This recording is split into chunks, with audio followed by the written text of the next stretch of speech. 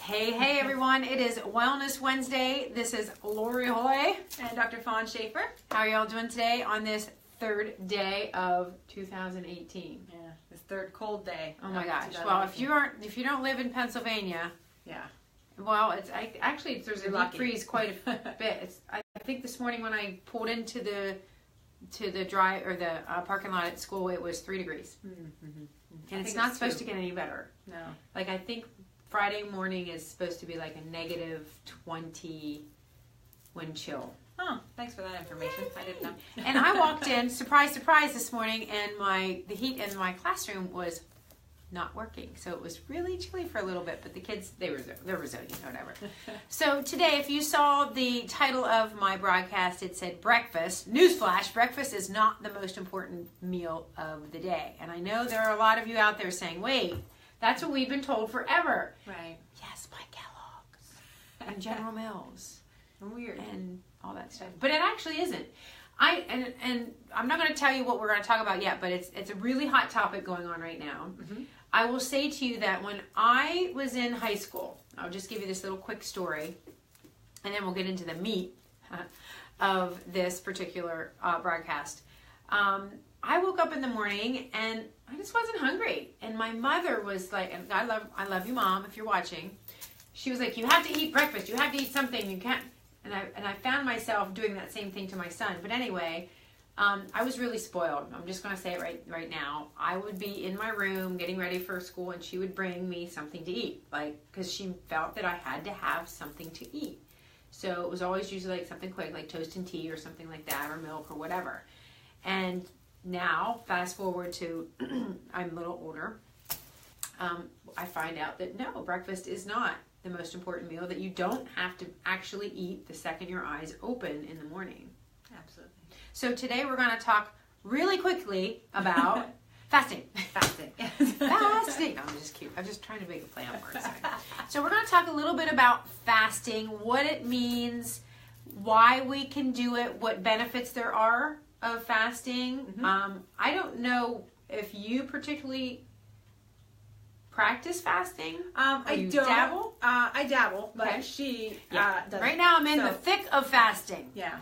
Because of the beta test group that I'm participating in, high fat, low carb with intermittent fasting. And then I was listening to a podcast the other day. It was Primal Blueprint with Mark Sisson. He's the one who has created the line, Primal Kitchen food line. That's all organic, wonderful stuff. If you've not tried any of their stuff, you need to.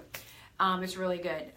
But he said, well, I don't know why we call it intermittent fasting. It's just fasting. He said, really, it is intermittent. It's all intermittent. You don't do it forever or consistently or whatever. So we'll talk a little bit more about fasting.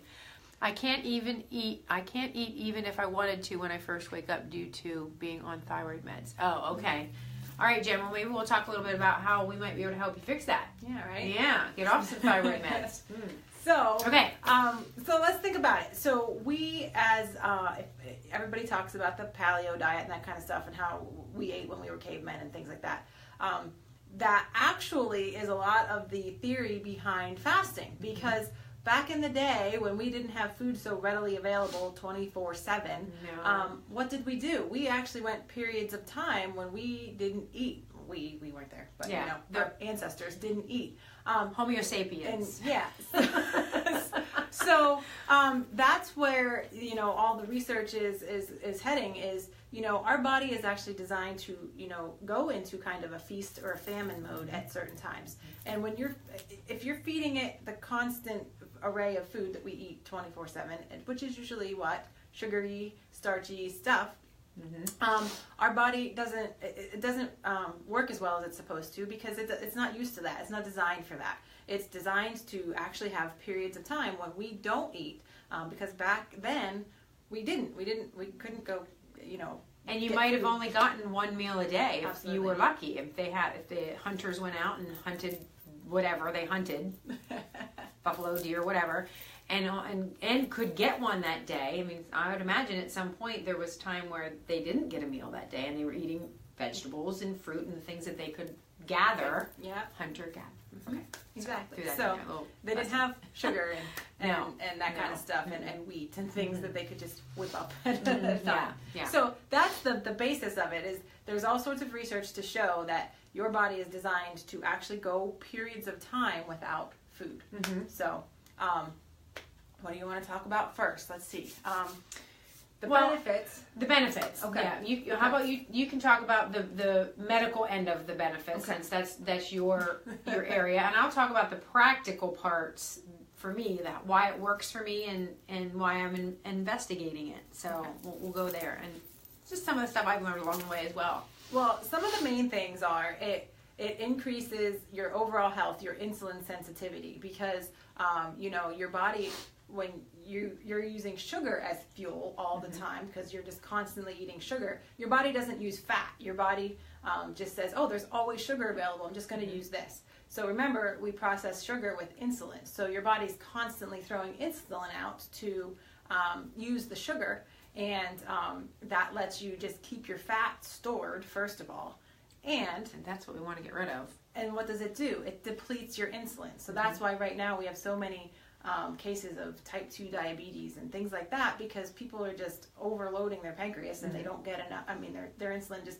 dies out because it's constantly working. And I know I'm going to revisit my typical day of eating, because it was really truly a carb-laden meal. I mean, I'd have toast or English muffin for breakfast or a bagel, and I'd have a sandwich for lunch, and then I'd have pasta for dinner with bread. So my body never got an opportunity in that kind of a day to burn the way it was supposed to. It was trying to burn all that sugar and throwing. I can imagine I was probably either insulin resistant at that point in time in my life, or I probably could have been pre-diabetic because I didn't know what I didn't know. Absolutely. And a lot of people actually are walking around right now and they don't realize they are, because they don't go to the doctor as much as they should. So when you're getting those energy crashes and you're just lethargic all the time and you're putting on weight, and you know that's kind of one of the precursors to pre-diabetes or type 2 diabetes. So the other things that it does is it actually decreases oxidative stress. I'm sure you've heard that word somewhere out there, and that's where you think about antioxidants, which are in like fruits and vegetables. And the oxidative stress basically means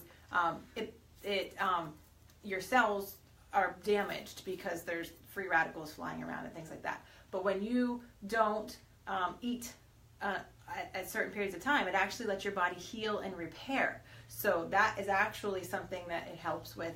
A lot of people think of oxidative stress as a precursor to cancer. So it helps to decrease your cancer risk, because you're actually giving your body time where it's not always trying to process the food you're eating. It can actually say, okay, that's taken care of right now. Now I can actually repair myself and do all the little things it's trying to do, other than pack the sugar away that we're eating. Right. So the process of fasting, what it allows you to do is to just do that. It gives your body time to repair itself. So basically, what the vernacular right now is eating window. So it's not like you starve yourself, because that is never good, or restrict calories. I still eat just as many calories in a day's time as I would if I would eat a normal 8 o'clock breakfast, 12 o'clock lunch, 5 o'clock dinner, sprinkled in snacks, whatever. I still eat the same amount of calories in a day. I just choose a certain time of day or an eating window to do that. And there's a lot of different theories out there. I mean, you could throw a stone and you could land on 17 different theories of fasting. Truly, guys, what we have talked about, preached, teached, whatever, taught, is that you need to find something that works for you best, okay? So if you're even investigating fasting, I recommend, even to my clients, to start out with a 12-hour window, because a lot of people are like, oh, I got to restrict, I can't eat. That's not what it is. Right now, you already fast. From the time that your eyes close at night to go to sleep until you wake up the next day, that is a period of fasting, unless you're sleepwalking and eating at the same time, right? Right. So your body's already in that mode of repair during your sleep. Yeah. And then think about what that first meal is called. Breakfast or break fast. See? But that doesn't have to happen as soon as you open your eyes. And I have truly never been a person that the moment my eyes open, I'm hungry. and I'm not hungry. My body is, I know my body, especially now, well enough to know when I truly am hungry. Yeah. And that's part of an emotional attachment to food too. So we could go, that might be a whole other, I think that might be a whole other live. But yeah, so fasting allows, like Dr. Fon, I'm still in school mode. Dr. Fon said is it gives your body time to heal. So if I wake up at 4:45 in the morning, which I do, I don't normally break my fast until around 10:30, and that's the only reason is because of my schedule. So during this beta test group, we had to choose an eating window. And so we got to choose 6, 8, 10, and I think some people even chose 12. Those that were like totally scared to even try. But most of us don't eat 12 hours a day. Right. I mean, there might be some people. Exactly. If you go to bed at 9 and you wake up at right. I mean, 9, and you constantly eat throughout the day. But so anyway, so you can choose, and I've even heard there are some people that eat within a 4-hour window, which that's very small. I don't think I don't want to do that. I'm not saying I can't do it. I don't want to do that. Right. That can also cause, for some people, a little bit of stress on their body. So fasting, so what that does is in the morning then, if you do this over and over again, your body starts to turn into a fat burner, which is what we want. You want to, instead of burning the glucose that we're flooding our system with, eating those foods, and of course part of fasting is eating the right foods, which we've already talked about. And I'm going to put a selfish plug in for you. Whole30 tonight, 6:30. You can show up at the door, but it's going to cost you a little bit more. If you eat, the right foods, then your body turns into a fat burner, and you go into a state of what's called ketosis. Right. You want to hit on that a little bit more? Well, ketones, and you guys have heard that there's this ketogenic diet that is designed to help you burn fat. So, and that's how people judge how well they're in ketosis, is they can tell how many ketones they're making. They pee on a stick. It's weird. But I don't do that. You don't have to do it. I don't test my ketones. Yes, but ketones are actually really, really good, because do you know that is the fuel that your brain uses? So when your body burns fat and releases ketones go to your brain and feed your brain. Your brain does not eat glucose. So that's another benefit to fasting. It helps not only like serious things like dementia and Alzheimer's and things like that, but it actually helps improve your memory, improve that brain fog that everybody gets in the middle of the day after they eat a really big carb lunch or something. So ketones are actually a good thing. It's a byproduct of what your body is doing when it's burning fat, and that's what you want it to do. Yeah, and it gives you more energy too. Well, think about it. If you eat a very high carb meal, or even if it's a moderate carb meal, you're going to have a crash at some point. You spike and then crash. You crash, and this helps to. I'm not saying it eliminates it 100%, but it definitely lessens. I still do have periods of time, because I still do eat carbs, but not near what I used to. And it's like every other day I'll have, other than like almond milk, which has some carb content to it. I have sweet potatoes maybe every other day, and I don't have a lot. But I know that I have investigated my body. I do need a certain amount of carbs on a regular basis, but not near what I thought I needed. Right. Or I felt I needed or longed for. And what she kind of already alluded to is obviously it's an adjustment. Once you get into actually fat burning mode and you've gone through the humps and bumps that it can happen, with any new lifestyle change. But then you can you can pretty much be aware that the hunger you're feeling is true, appropriate hunger. Because when your body says, look, I need something to eat, and you feed it, it's not the result of that sugar crash when your body's like, oh my gosh, give me something sweet and crunchy. Like when you're hungry and you're on in true fat burning mode, you're probably really hungry. So it's a better judge. And you truly learn your body a lot more when you're fasting, and you really know when you're hungry. Because a lot of people will say, oh, I am starving. You just ate an hour ago. We are not starving. We in America are not starving. I'm not saying there aren't people that are having issues with finding food, but for the most part, if you look around, we are not a starving nation. Absolutely. We might be hungry.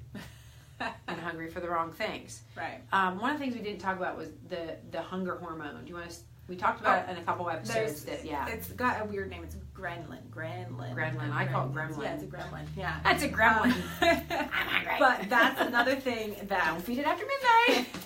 fasting does. Yeah. It decreases that hormone. So that's also why when you're actually hungry, or you think you're hungry, you're actually hungry.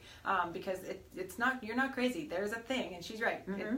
It's like a gremlin. It comes out and it's like, I'm hungry and I need food. That is your brain and telling you that, not your stomach. So that's another good point to fasting. Yeah. So it helps to normalize the levels of ghrelin in there, and then of course other hormones as well. Right.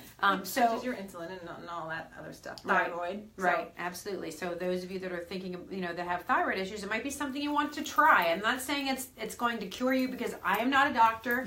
I'm not a nutritionist. I'm an enthusiast.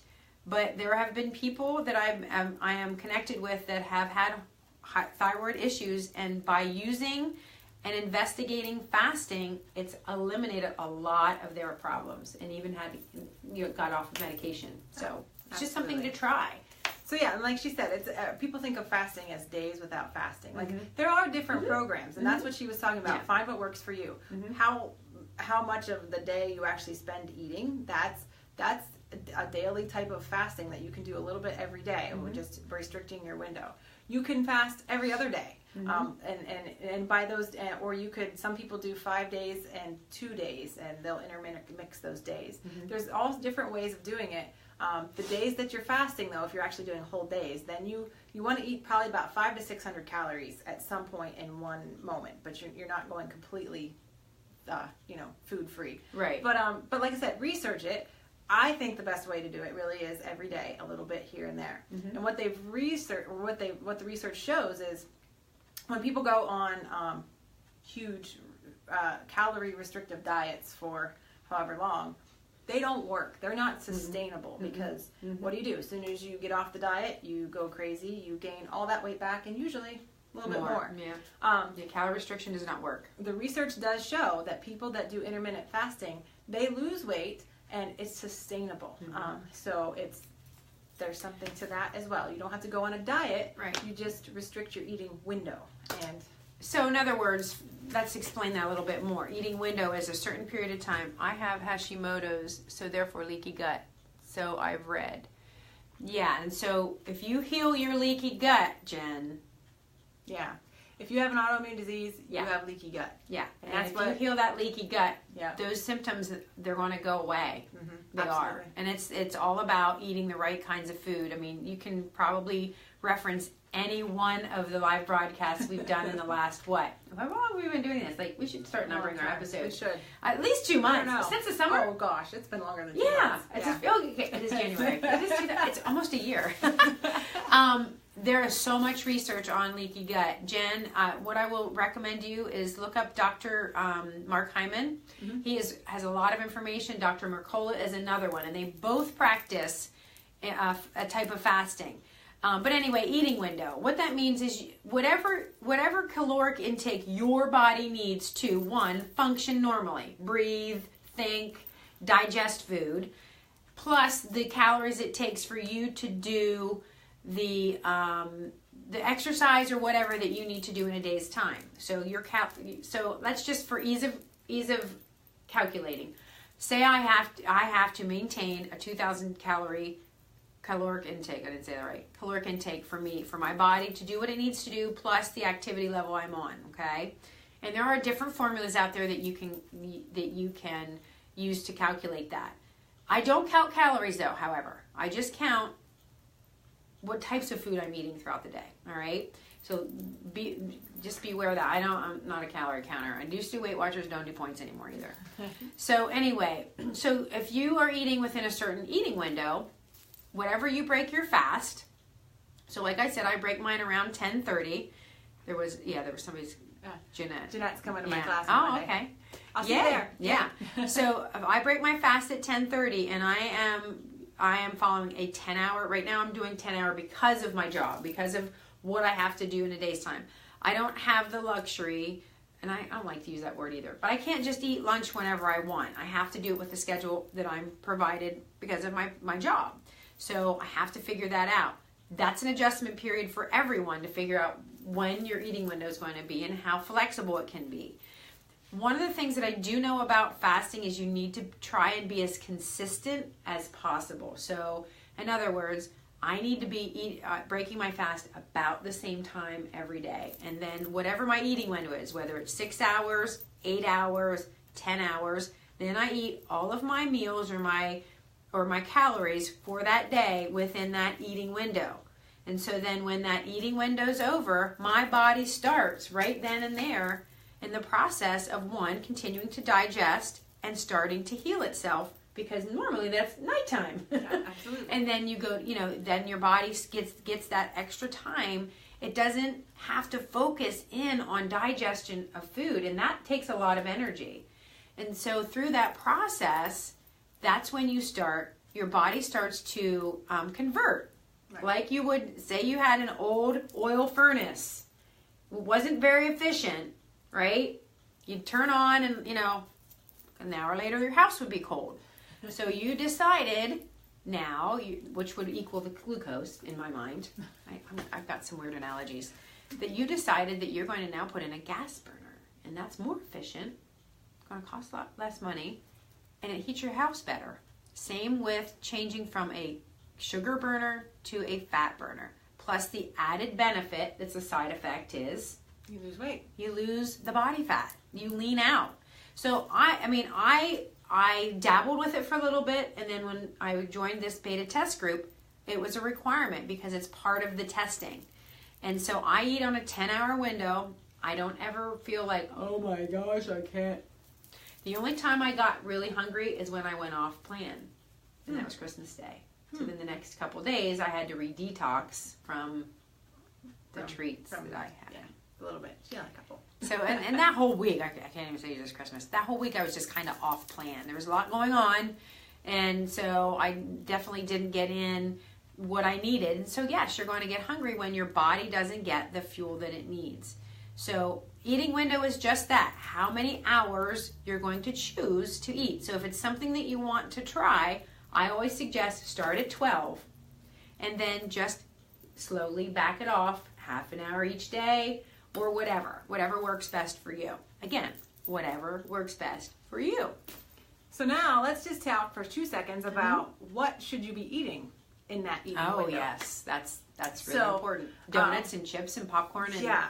If you read some of the stuff I read, it doesn't really matter. You can eat whatever you want. You're still gonna listen. That's just crap. No. You want to at least give your body healthy food so Yes. that it can continue to do the healthy stuff that it's trying to do when it's healing you in those breaks. So you want to try to eat raw, organic fruits and vegetables. You want a lot of healthy fats, good quality meats and proteins. And of course, we don't want lots of sugars and grains. Your body can live without sugars and grains, I promise. So yeah, I am. We're still beating. Yeah, and that's not saying we don't want it. Right. Exactly. Sometimes. I'm just going to say that right now. But you can live without it. You really can.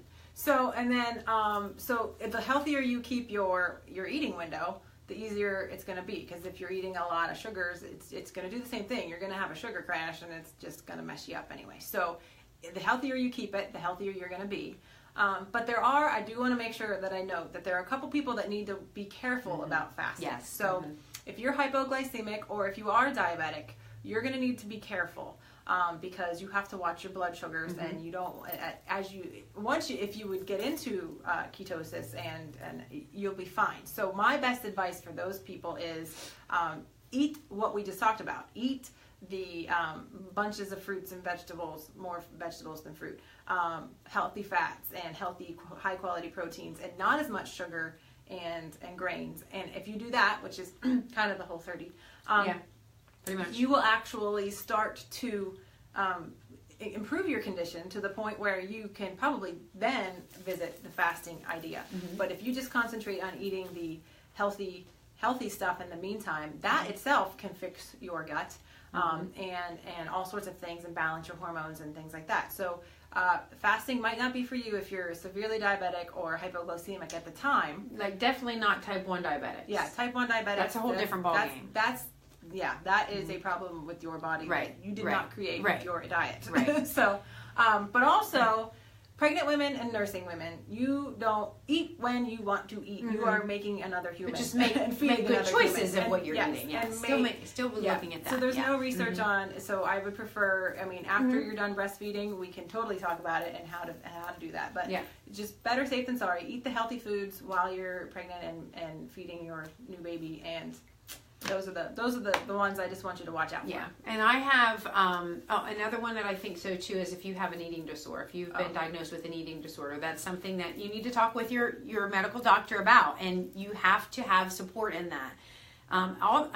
Especially me, because I don't have initials after my name, but all the things that we are recommending, always check with your medical doctor too. This is just, we're sharing things that we've learned, and always have somebody in mind, or a homeopathic doctor. I'm not just saying that you're the traditional medical doctors who to go see, because they'll probably go no, because they don't understand it yet. Okay, so I'm just saying, always make sure that whoever you are doctoring with, that you have their guidance and any of the things that we suggest. Right. I do want to share a story though of a woman. Her mother, she and her mother are in the beta test group with me. After 3 weeks, just 3 weeks, she was a severe diabetic on insulin. Type 2. Had to take insulin shots. 3 weeks of eating basically Whole30, high fat, low carb, with intermittent fasting, no longer is taking insulin. How awesome is that? And guys, I'm not lying to you about this. And your body can change that quickly. It can. I mean, we have created type 2 diabetes. Mm-hmm. And the scary part of it is more of our children are growing up being prone to having type 2 diabetes than ever before in history.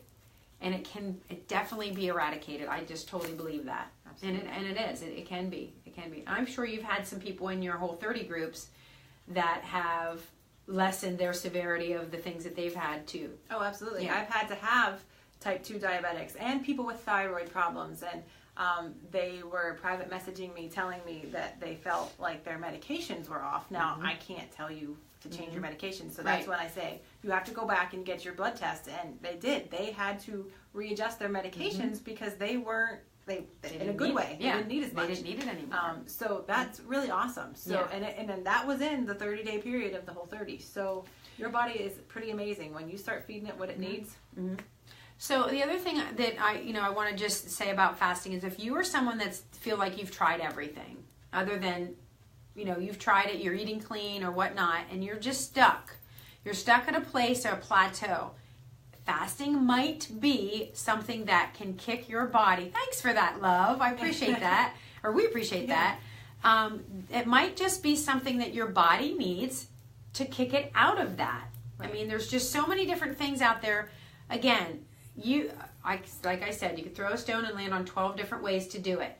I've read where you could do bone broth fasting, where you drink bone broth just for a day. That's all, because there's so many nutrients in it. There's still good fats and good protein in there that your body is still going to feel nourished and satiated, but it's not like you're, restricting calories so much that the traditional way.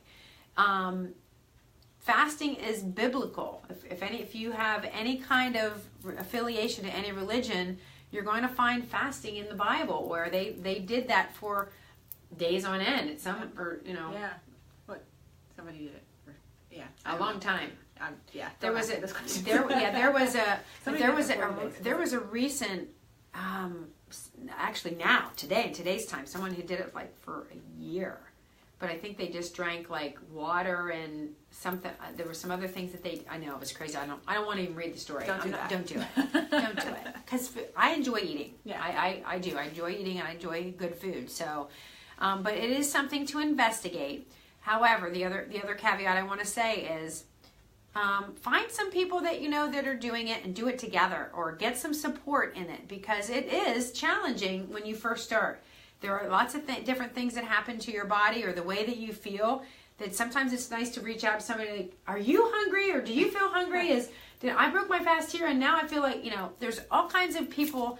I have a whole group of people that I am actually participating in the beta test group. We're all doing fasting, and it's so wonderful to be able to pop in that group and see somebody else feeling the same way you do when you're just starting out. And I struggled at first to do it because I had this going on. Well, I have to eat 3 meals a day, 8, 12, and 5. That's the way I grew up. I don't.